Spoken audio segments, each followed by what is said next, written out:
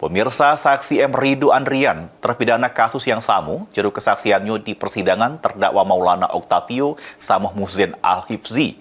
Beberke diajak terdakwa Maulana untuk merekayasa kesaksian pas diperiksa ke Jati Sumsel. Sampaikan rekap ini ke Pak Richard.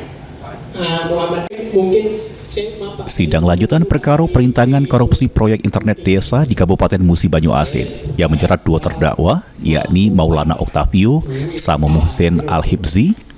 Balen lagi digelar di Pengadilan Negeri Tipikor Palembang jeru agenda pemeriksaan saksi. Siapa mengungkap 6.500 itu nomor Juru sidang yang diketuai Majelis Hakim Kristanto Sahat Sianipar, Jaksa Penuntut Umum ngadir ketiga saksi yang salah sikoknya terpidana M. Rido Andrian alias Dudu yang terkurung juru kasus yang sama.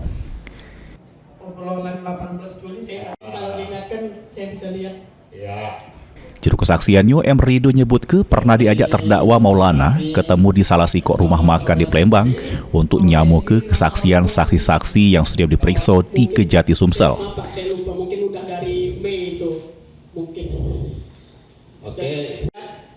Di antaranya duit senilai 7 miliar rupiah dari proyek internet desa tersebut seolah-olah cuma dinikmati oleh Ridwan. Selain itu, disuruh untuk nyari informasi pribadi terkait selingkuhan Ridwan, yang upaya tersebut sebagai bentuk tekanan psikologis supaya Ridwan tidak berani ngelawan skenario yang sudah dirancang.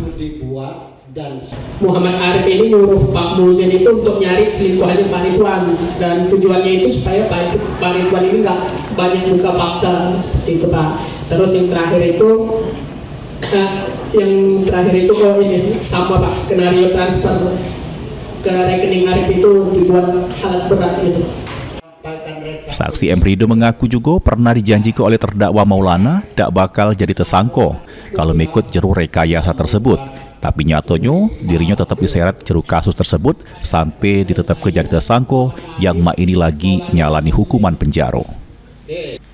Heru Wahyudi, PAL TV.